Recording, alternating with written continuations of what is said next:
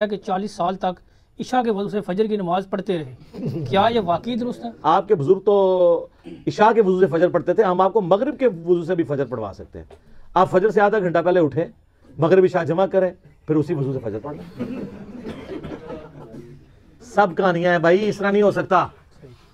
फिर वो पूरी दिहाड़ी सुते रहते होने ने, या तो दिहाड़ दी 50 नमाज़ां पढ़ लैन जी फर्ज ने, तो यार रात की इबादत कर लैन। ये तो हो ही नहीं सकता, ये बिल्कुल झूठ है और इसमें कोई बुजुर्गों का मजाक नहीं है। बुजुर्ग भी अगर ये सुने ना पहली दफा, उनकी भी हंसी छूट जाए, तो यार क्या कह रहे हो। बल्कि ये तो मकरूह काम उन्होंने किया है, अगर किया है, और वैसे कोई नहीं किया उन्होंने, ये उनकी तरफ मंसूब है, झूठ है, ऐसे पॉसिबल नहीं है।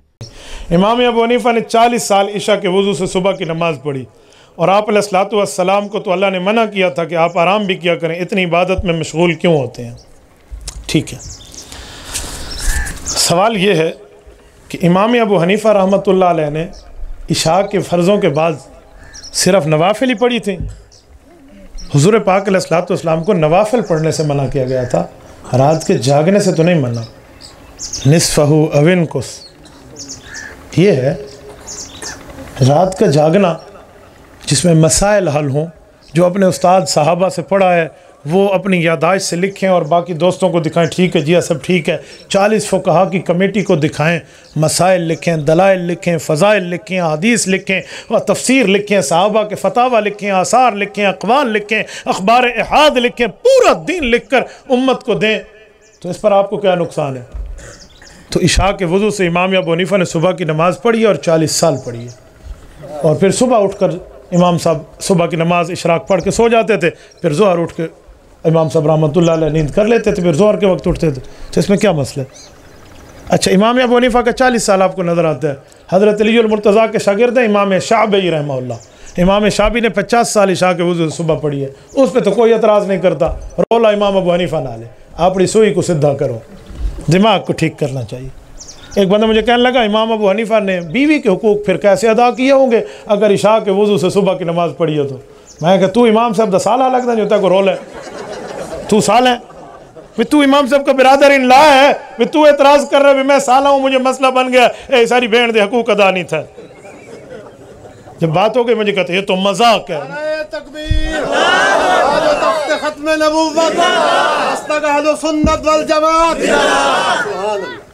मैंने उसे कहा भाई मजाक की बात नहीं है, इमाम अबू हनीफा की बीवी को एतराज़ नहीं है, वो अपने खामद को कह रही है शाबाश मेरे सरताज, तू इशा के वज़ू सुबह पढ़ रहा है, मैं राजी हूँ, उसने कोई एतराज़ नहीं किया।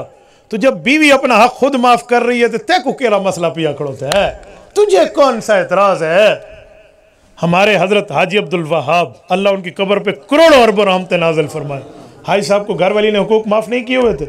हज़रत जी मौलाना जमशेद अली खान रहमतुल्लाह को घर वाले ने हुकूक माफ़ नहीं।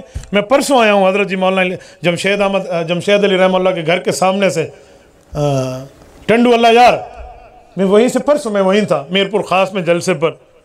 तो ये हमारे अकाबर उन सबको बीवियाँ उनके साथ है, कहते नहीं है हर कामयाब मर्द के पीछे एक औरत यानी बीवी का हाथ होता है। राइट माऊ कहीं नवे गवां ढेड़ दोगे, तो हर कामयाब मर्द के पीछे एक औरत का हाथ यानी बीवी का हाथ होता है। तो इमाम अबू हनीफा कामयाब मर्द है, इसकी बीवी ने इसका साथ दिया है। हाजी अब्दुल वहाब कामयाब मर्द है, बीवी साथ दे रही है, हमारे अकाबर इस तरह साथ है। यार हमारी बीवियाँ भी तो है ना। मेरी दोनों बेटियों को शदीद बुखार था, मैं उन्हें छोड़ कर आया हूँ अपने घर से।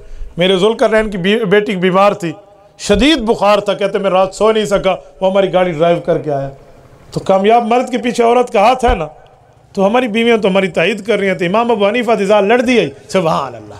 कैसी अजीब बातें हैं दुनिया में, ऐसी बात नहीं करनी चाहिए।